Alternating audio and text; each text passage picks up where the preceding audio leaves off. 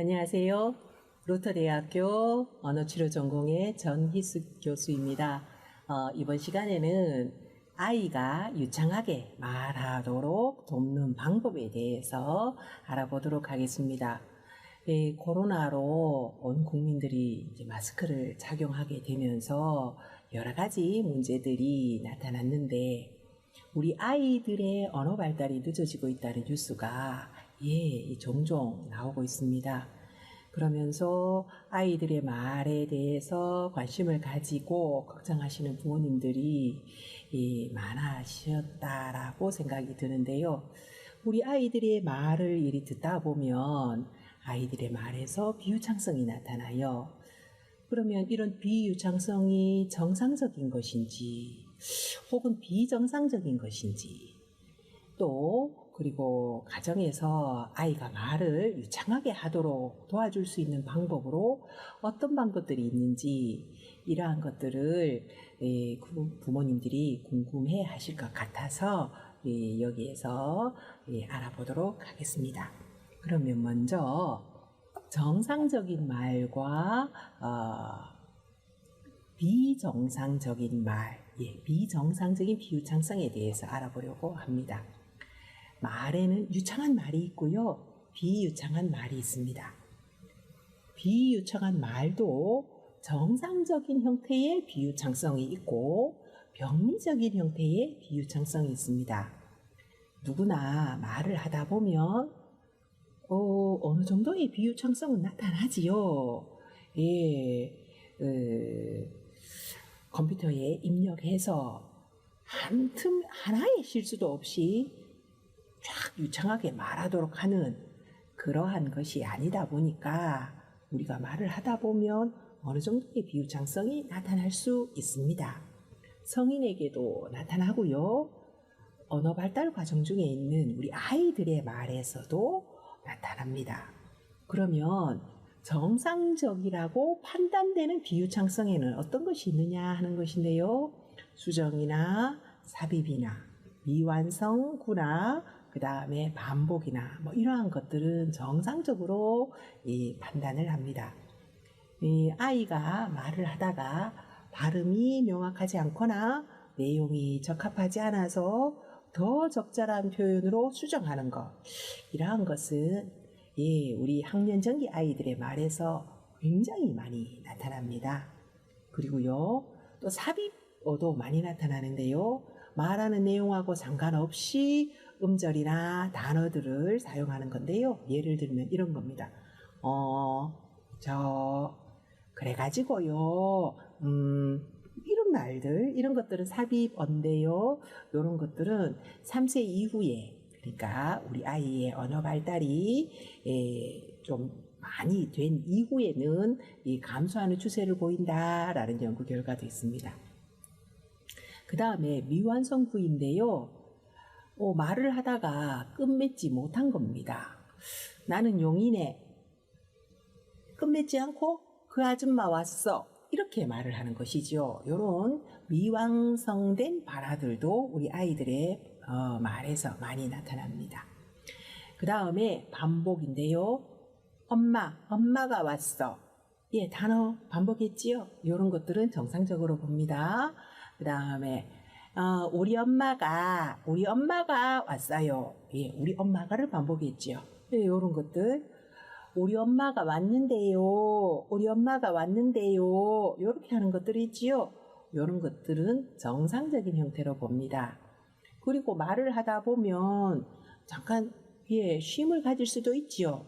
그런 것들도 정상적으로 봅니다. 그러면 이러한 형태는 정상적이라고 보기보다는 병리적인 것이다. 즉 말대듬는 것이다. 라는 것도 있습니다. 어떤 것이냐 하면 반복이라 하더라도요. 반복하는 언어 단위가 작고 그 다음에 반복할 때 긴장이 많이 나타나는 것들이 여기에 해당이 되는데요. 언어 단위가 작은 것, 예를 들자면 가방을 반복하는데 가방 이랬습니다. 앞에서 제가 정상적이다라고 했었을 때는 가방 엄마, 엄마처럼 단어 전체를 이렇게 반복을 하는데, 이러한 경우에는 기억을 반복했죠. 예, 이런 기억 같은 경우는 언어 단위가 음소로 굉장히 작아졌지요. 이렇게 언어 단위가 작은 것을 반복하느냐. 반복할 때에 반복 횟수도 봅니다. 엄마, 엄마. 이제 앞에 쓸데없이 반복한 거가 한 번 나타났어요. 그런데 가방 앞에 반복한 횟수가 많지요. 요럴 경우에는 병리적인 형태로 봅니다. 그 다음에 반복할 때 긴장이 많이 들어가니까 반복의 간격이 좁고 불규칙합니다. 불규칙하지요? 그 다음에 간격이 좁죠? 이러한 것은 말들음으로 계산이 되어지는 반복입니다. 그 다음에 긴장이 들어간 연장인데요. 아기 발음을 하는데 말을 하는데 아자에 긴장이 들어가지요. 아기 이랬다. 긴장 들어갔지요. 이러한 경우는 병리적인 형태에 포함이 됩니다. 그 다음에 더 심한 거는 말이 막히는 건데요. 호흡 멈추고 발성 멈추고 발음 기가 다 고정됩니다. 그래서 가방을 말하려고 하는데 막혔죠. 가방 말이 안 나옵니다. 그러면 이런 반복, 연장, 폐쇄는 병리적인 비유창성 형태로 이런 형태가 많으면 언어치료실을 내원을 해서 검사를 받아야 되는 경우입니다. 그러면 우리 아이들 언어 발달 과정 중에 있는 아이들의 경우에 이런 정상적인 형태의 병리적인 형태의 비유창성들이 모두 나타날 수 있습니다. 보통 한 100개 단어당 평균 7개 정도 나타난다고 합니다. 그러면 보면 비유창성이라고 하더라도 정상적인 형태가 병리적인 비유창성 형태보다 훨씬 많고요. 병리적인 이 비유창성 형태가 100음절당 3개 이상이면 말대둥으로 봐야 되는 것이 아닌가라고 주장하는 학자도 있습니다. 그래서 이 병리적인 비유창성 형태의 빈도나 긴장 정도나 이런 것들을 보고 어느 치료가 필요한 아이인지 아니고 얘는 가정에서 환경 개선만 해주어서 괜찮아질 아이인지를 판단하게 됩니다. 이제 우리 아이들의 경우에는요, 언어 발달 과정 중에 있습니다. 한참 말 배울 때이지요. 그러다 보니까 누구나 비유창성이 나타날 수 있습니다. 그러면 비유창성이 나타나는 것이 정상적인 것이지요. 성경에 모세도 말이 어눌했다고 쓰여져 있습니다. 누구나 말을 하면서 모든 단어를 유창하게 말하지는 못하지요. 그러면 우리 아이들이 언제 많이 비유창한가, 왜 그러한가 이런 것들 우리가 생각해 볼 수 있겠는데요. 우리 아이들의 언어 발달을 생각했을 때 수용 언어 능력하고 표현 언어 능력하고 비교해 보면 당연히 수용 언어 능력이 높겠지요. 우리 외국어 공부해 봤잖아요. 이해하는 언어 수가 더 많지요. 단어 수가 더 많고 표현할 수 있는 단어 수 굉장히 적지요. 그래서 회화가 어렵습니다. 그지요? 이런 경우에 이해는 되는데 표현을 할 정도까지 단어를 완벽하게 습득하지 못했으니까요. 비유창성이 나타날 수 있습니다. 말하려고 하는데 단어가 안 떠올라요? 삽입어 나타날 수 있지요. 또 한참 발달 과정 중에 있으니까 길고 복잡한 문장을 말해야 될 때 당연히 비유창한 말이 늘어날 수 있습니다. 그리고 아이의 생활 중에서 경쟁적으로 말을 해야 할 때, 또 급하게 말을 해야 할 때, 이때 당연히 비유창하게 말할 수 있겠지요. 또 우리 아이가 말하고 있는데 다른 사람이 자꾸 방해할 때, 이때 비유창할 수 있겠고요. 또 자꾸 질문을 받을 때, 우리 아이가 발달 과정 중에 있어서 대답을 완벽하게 잘 못하는데 자꾸 질문을 하는 거예요. 그러면 우리 아이는 비유창하게 말하고 비유창한 경험이 자꾸 늘어나게 됩니다. 또 흥분해서 말을 해야 할 때, 이때도 비유창할 수 있고요. 또 아이가 말을 하는데 듣는 사람이 아이의 말에 관심을 갖지 않는 거예요. 그러면 그 사람이 내 말을 들으라고 아이는 노력을 하겠지요. 엄마 팔 잡아당기면서 엄마 내 말 들어봐 라는 뜻에서 말을 하다 보니까 말의 비유창성이 많아지게 됩니다. 그리고 또 말해야 할 내용이 많아질 때, 이때에 또 비유창하게 되겠지요. 그리고 심리적으로 스트레스가 되는 사건이 많을 때 아이가 비유창할 수도 있습니다. 이사를 했거나 입원을 했거나 등등등등 이런 일들이 우리 아이에게는 스트레스가 될 수 있어요. 그러면 이 언어 발달 과정 중에 있는 아이들의 말에는 비유창성이 있을 때 어떻게 해야 하느냐 하는 것인데요. 학자들마다 수치에는 약간 차이가 있는데요. 25%에서 한 80%까지 자연 회복이 된다고 보고 있습니다. 그러니까 언어 치료 안 받아도 이런 비유창성이 없어진다라는 것이지요. 없어지고 언어 발달이 되어지면서 유창하게 말을 하게 된다라는 것이에요. 그런데 자연 회복이 되지 않은 경우에는 만성적인 말다툼으로 가게 되는데요. 이럴 때에는 치료가 필요하게 됩니다. 그러면 어떤 경우에 회복이 되지 않고 만성적으로 가는가 하는 것인데요. 앞에서 말했던 비유창성 형태 중에서 병리적인 형태 있지요. 말다툼에 해당하는 그 병리적인 비유창성 형태가 1년 이상 지속이 된다. 그러면 자연회복을 기대하기보다 빨리 치료실을 내원하는 것이 좋습니다. 그 다음에 아까 전에 반복한다라고 했는데 반복하는 횟수가 3번 넘거나 혹은 반복할 때 긴장이 들어가서 반복 속도가 빠르면서 불규칙하다. 이러한 경우도 회복을 하는데 좋지 않다라고 볼 수 있고요. 그 다음에 병리적 비유창성 형태 중에서 연장이나 막힘과 같이 긴장 많이 들어간 그런 형태가 잠깐 나타났다가 없어지지 않고요. 감소하지 않고 계속 나타나는 거예요. 그랬을 경우에는 회복을 기대하고 그냥 가만히 있지 않는 것이 좋습니다. 이러한 경우에는 만성적인 말다툼이 될 확률이 높다라고 학자들이 설명을 하고 있습니다. 그러면 우리 아이가 비유창하게 말을 할 때 우리는 어떻게 해주면 좋겠는가 하는 것인데요. 유창성을 향상시켜 줘야 되지요. 유창하게 말하도록 해줘야 되는데, 그러면 비유창하게 말하는 부정적인 경험을 감소시키기 위해서 환경을 개선해 준다. 즉 가정에서의 상호작용 환경, 의사소통 환경을 개선시켜 주는 것이 좋습니다.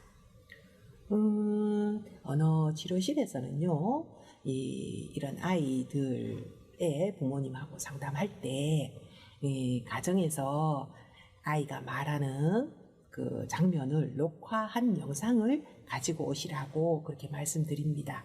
그러면서 집안에서의 상호작용의 특성들을 저희가 파악을 하고요.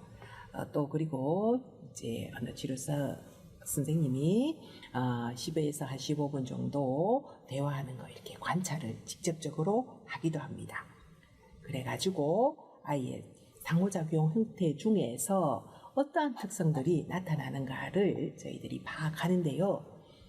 어떠한 것들을 체크하는지 그거를 설명드리겠습니다. 집에 가족들이 어느 정도의 구어 속도로 말을 하는가, 말 속도가 빠른가, 이런 것들 저희들이 체크합니다. 말 속도가 빠르면 아이에게도 빨리 말하는 뜻이 되지요. 언어 발달 과정 중에 있는 아이가 빨리 말하려고 하면 힘들겠지요. 그러면서 비유창성이 늘어나게 되겠지요.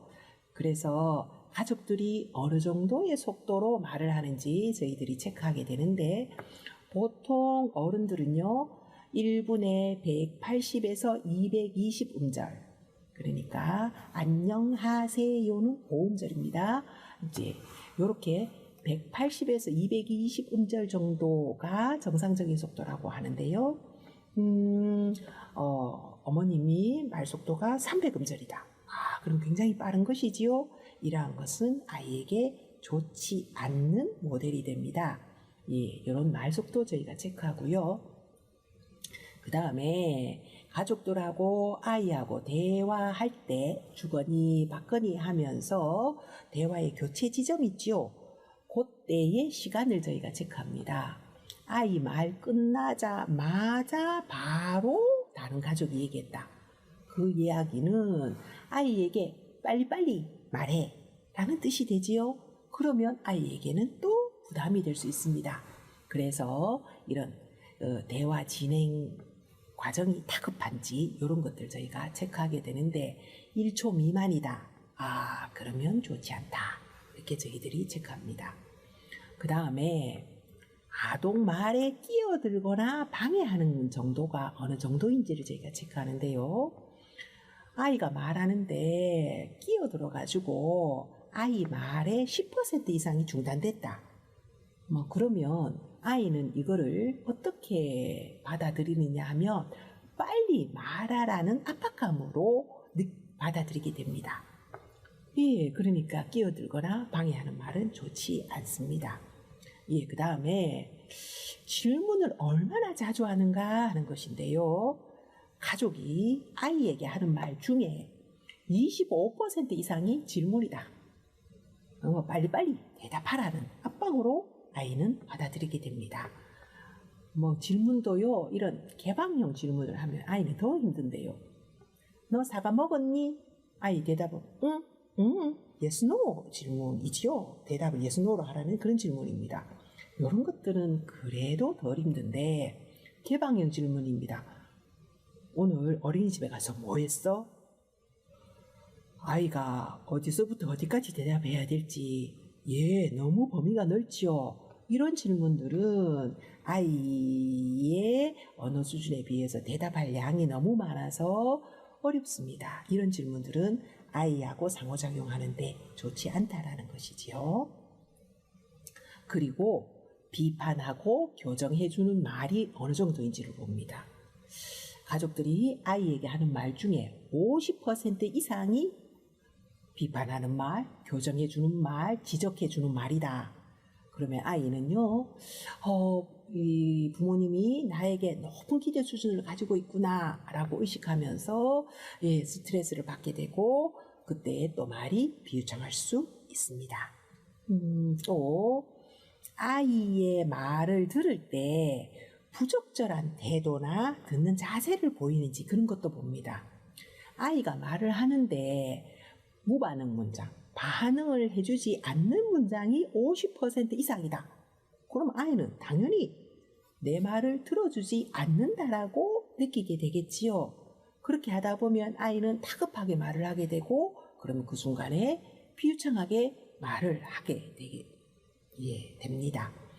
그 다음에 아동 수준을 넘는 어휘나 복잡한 문장을 쓰는지를 저희가 체크하는데요. 아이가 언어 발달 과정 중에 있습니다. 그런데 어려운 어휘 써요? 그럼 그 어휘가 무슨 뜻인지 아이가 이해하려고 노력하겠지요. 복잡한 문장 써요? 중간중간에 단어는 들리는데 문장 전체는 잘 안 들리지요. 그렇게 노력하면서 또 말을 하게 되면 비유창할 수 있겠습니다. 그러면서 저희들은 가정에서 아이가 상호작용할 때 어떤 것이 이 아이에게 문제가 되겠구나 저희들이 파악을 하게 됩니다. 제가 지금까지 말한 모든 것이 그 가정에 나타나는 것은 아니고요. 비유창하게 말하는 아이들의 가정에서의 상호작용 파악해보면 이 집에는 요거가 특징적으로 안 좋은 것들이 나타나는구나 이렇게 체크를 하게 됩니다. 그러면서 이제 가정에서 아이하고 상호작용할 때 요렇게 해주세요라고 저희가 안내하는 내용들을 전체적으로 살펴보겠습니다. 아이하고 말을 할 때 말 속도를 좀 더 느리게 해주세요라고 저희가 안내를 드립니다. 말을 빨리 하면 언어 발달 과정 중에 있는 아이가 따라가기가 버거워지지요. 말을 더 느리게 해주는 것이 좋습니다. 그러면 말만 느리게 하느냐? 더 좋은 것은요, 생활의 속도도 느리게 해주시는 것이 좋습니다. 집안 분위기를 여유 있는 분위기로 가지고 가게 되어지면 생활의 속도도 느리고 말의 속도도 느려지게 되니까 우리 아이가 말을 여유를 가지고 천천히 생각을 하면서 말을 하게 되지요. 그러면 우리 아이의 비유창한 경험이 줄어들게 됩니다. 또 그 다음에 아이하고 대화할 때, 주고받을 때, 대화 교체할 때 1초 이상의 여유를 가져라. 당연히 아이 말에 끼어들기를 해서는 안 되고요.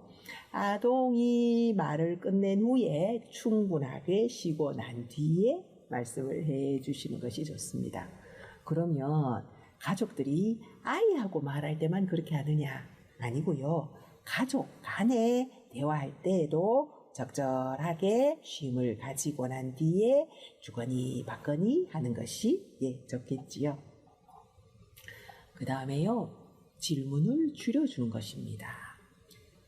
이 비유창성이요, 어떤 날은 많이 나타나고 어떤 날은 좀 적게 나타나고 이래요. 그러면 요런 상태를 보일 때, 많이 나타날 때 질문 많이 해가지고 자꾸 비유창하게 말하는 경험 늘리는 거 좋지 않겠지요? 그러니까 그날은 질문을 줄여주는 게 좋습니다. 학습지를 하더라도 스티커를 붙인다라든가 줄을 끊는다라든가 이런 활동을 하면 굳이 말 안 해도 되잖아요. 그런 가급적이면 말을 적게 하는 활동들을 하는 것이 좋고요. 특히 긴 대답을 요구하는 그런 질문들은 줄여주는 것이 좋습니다. 또 이게 대화를 해보다 보면 중간에 잠깐의 침묵이 있을 수 있죠. 침묵하는 시간을 두어도 괜찮지요. 그러면 이제 아이 입장에서는 강요당하는 느낌이 들지 않아서 천천히 생각하면서 말을 할 수 있게 됩니다. 그리고 이런 학년 전기에 비유창하게 말할 요때에 아이들이 참 어머니 말씀 안 듣지요. 그래가지고 뭐뭐 하면 안 돼, 뭐뭐 해야지 이렇게 하면서 아이가 하는 행동, 말 이런 것에 대해서 교정을 굉장히 많이 해주십니다. 그런데 우리 아이 말에서 비유창성이 너무 많이 나타난다 싶을 때 집중적으로 가정에서 상호작용 환경을 바꾸어 줄 때에는요, 아이에게 칭찬을 많이 해주는 게 좋아요. 찾아야지요. 아이가 말하거나 행동한 것에서 칭찬해 줄 거를 찾아가지고요, 긍정적으로 반응을 해주시면 아이가 신이 납니다. 그러면서 자신감 생기게 되겠지요. 그 다음에요, 아까 전에 아이 말을 안 들어주면 아이가 마음이 다급해져서 자꾸 더 듣게 된다라고 했지요. 그러니까 아이하고 말을 주고받을 수 있는, 아이의 말을 들어줄 수 있는 시간을 따로 정하는 것이 좋습니다. 하루 중에서 15분 내지 20분 정도 시간을 잡아서 아이의 말을 들어주는데요. 책에는 보면 아침 시간이 좋다고 합니다. 하루 종일 말을 해야 되니까 아침에 그런 시간을 가지면 좋겠다라고 적혀 있는데, 사실 우리 어머님들하고 이렇게 상담을 해보다 보면 아침에 바빠요. 그지요? 그러면 굳이 아침 시간이 되지 않더라도 하루 중에서 날을 잡아서 아이의 말을 들어주는 시간을 따로 정할 수 있겠습니다. 그리고 아동의 수준에 맞는 어휘나 문장을 사용하는 것이 좋겠습니다. 우리 아이들이 보는 성경책, 그 아이의 수준에 맞게 만들어진 성경책 따로 있지요. 어른들이 보는 성경 구절은요, 아이의 언어 수준보다 높습니다. 그래서 그것보다는요, 아이들이 보는 성경책을 이용하는 것이 좋겠습니다. 그리고 일상생활을 규칙적으로 예측 가능한 일상생활을 만들어주는 것이 좋습니다. 규칙적으로 하게 되면 아이가 안정감을 느낍니다. 그렇게 되면 긴장이 줄어들지요. 그러면 말에서 비유창성이 줄어들고 더 유창해질 수 있습니다. 우리 말 더듬는 아이들 치료해 보다 보면 명절이나 휴가 때 흥분을 한 경험이 있고 그때에 비유창하게 말을 한 경험이 생기면서 말이 많이 좋아졌다가 다시 악화되는 그런 경우도 있거든요. 그래서 이런 비유창성이 나타나는 아이의 경우에는 흥분할 수 있는 그런 시간들을 줄여서 그렇게 상호작용을 해주는 것이 좋습니다.